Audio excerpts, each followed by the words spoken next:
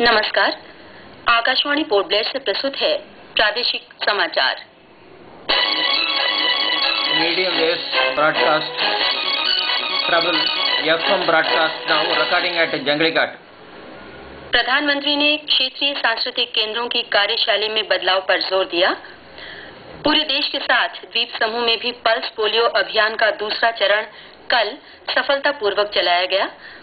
Campbell बे में जल्द ही स्थायी डॉक्टर और एक्सरे मशीन की सुविधाएं उपलब्ध करा दी जाएगी। केंद्रीय प्रशासनिक न्यायाधिकरण की कलकत्ता बेंच की बैठक आज से आरंभ और MV स्वराज द्वीप आज नानकौड़ी और कैम्बल बे होते हुए चेन्नई जाएगा।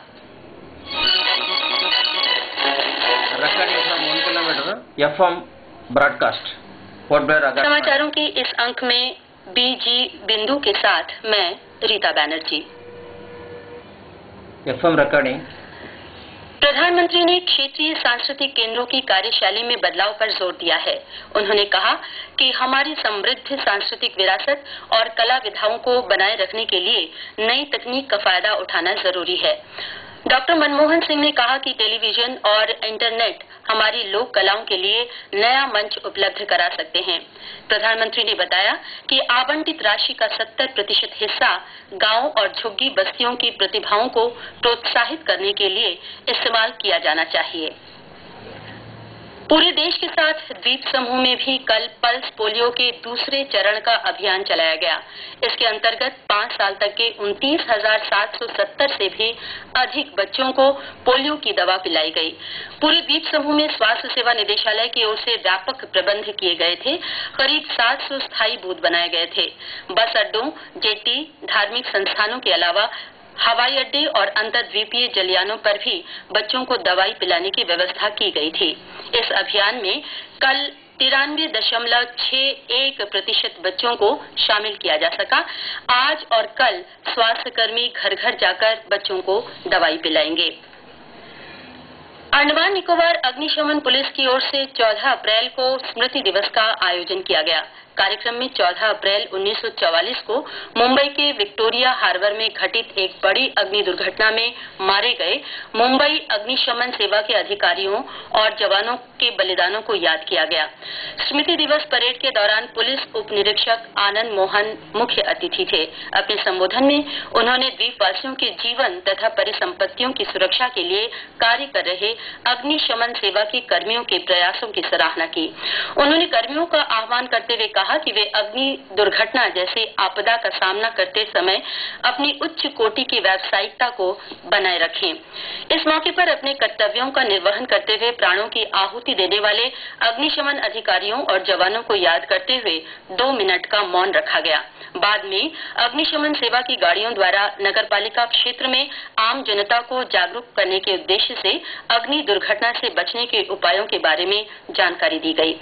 इस बीच अंडमान निकोबार अग्निशमन पुलिस की ओर से अग्निशमन विषय पर प्राथमिक चिकित्सा से संबंधित 5 दिवसीय प्रशिक्षण कार्यक्रम का आयोजन किया जा रहा है, जो इस महीने की 23 तारीख से आरंभ होगा।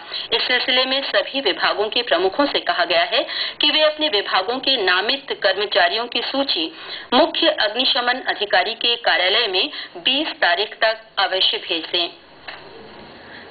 कैम्बल बे पंचायत और गोविंद नगर पंचायत की ओर से ग्राम सभा की बैठक आयोजित की गई, जिसमें 3 पंचायतों में 2011-12 में किए गए कार्यों के बारे में चर्चा की गई।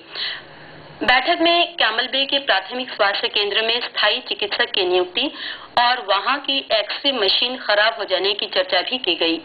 सहायक आयुक्त अमित सतेजा ने बताया कि 10 दिनों के भीतर नियमित डॉक्टर और एक्सरे मशीन यहां के लिए भेजी जा रही है, जिससे यहां के लोगों को काफी राहत मिलेगी। उन्होंने बताया कि इंदिरा नगर और कमल बस्ती में पंचायत द्वारा संबंधित विभाग की ओर से अनापत्ति प्रमाण पत्र मिलने से ही कार्य किया जा सकेगा। तकनीकी शिक्षा में सुधार और छात्रों को भविष्य के लिए तैयार करने के संदर्भ में अखिल भारतीय तकनीकी शिक्षा परिषद के अध्यक्ष डॉक्टर SS मंथा ने मानव संसाधन विकास मंत्री श्री कपिल सिब्बल की मौजूदगी में एक समारोह में बताया कि AICTE माइक्रोसॉफ्ट लाइव EDU देश भर के 10,000 से अधिक तकनीकी कॉलेजों और संस्थाओं में लागू करेगा। ये तकनीक माइक्रोसॉफ्ट क्लाउड तकनीक है जिसके माध्यम से कंप्यूटर की शिक्षा प्रदान की जाती है। इस अवसर पर मानव संसाधन विकास मंत्री श्री कपिल सिब्बल ने परिषद के 2 नए प्रबंधन कार्यक्रमों को जारी किया। इन कार्यक्रमों के तहत 3 या 4 वर्ष के लिए स्नातक डिग्री प्रदान की जाएगी।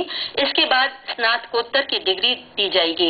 ये कार्यक्रम दोहरी डिग्री वाला पंचवर्षीय पाठ्यक्रम है, जिसके प्रथम वर्ष में प्रवेश के लिए एक सामान्य प्रवेश परीक्षा का आयोजन किया जाएगा। जो छात्र स्नातक पूरी करेंगे उन्हें इंजीनियरिंग उद्योग में प्रबंधन स्तर का रोजगार प्राप्त होगा। आगे है अभी कैट की बैठक, पृथ्वी दिवस और जहाज।